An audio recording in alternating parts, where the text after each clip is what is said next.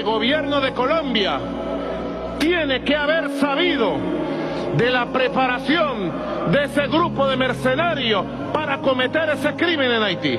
El gobierno de Colombia sabía y tiene que reconocerlo, porque un grupo de 26 militares colombianos que salieron con sus pasaportes de Colombia a una operación militar en el Caribe, no puede ser que los organismos de inteligencia de Colombia no lo supieran. Y el gobierno de Estados Unidos, yo le digo al presidente Biden desde aquí, las agencias de inteligencia de Estados Unidos, la CIA, la NSA, el FBI, tiene que haber conocido de estos movimientos de mercenarios, porque se dieron en sus narices.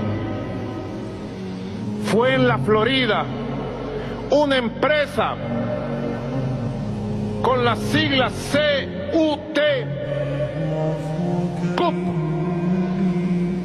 propiedad de un militante de la derecha venezolana extremista, amigo personal de Leopoldo López y de Juan Guaidó, de apellido Itriago, quien contrató a los mercenarios y quien dirigió desde la Florida el asesinato del presidente Jovenel en nuestra amada República de Haití.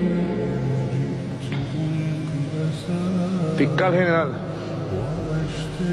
querido defensor de los derechos humanos, investigador sabueso, son los elementos que han surgido en la realidad luego las primeras investigaciones. Una empresa presidida y en propiedad de un venezolano de apellido Itriago, defensor y amigo personal de este personaje nefasto Juan Guaidó y de Leopoldo López. Es la empresa que contrata a los mercenarios, es la empresa que les paga y los envía a Haití. Ahí está, señor presidente Joe Biden.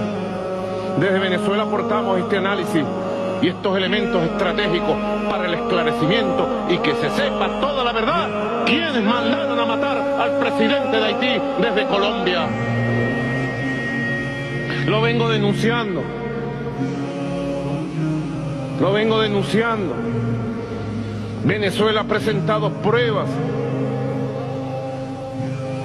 y anuncio que en los próximos días presentaremos nuevas pruebas de mercenarios que se entrenan y preparan en Colombia para venir a ejercer actos de terrorismo y sicariato en Venezuela. En los próximos días presentaremos nuevos elementos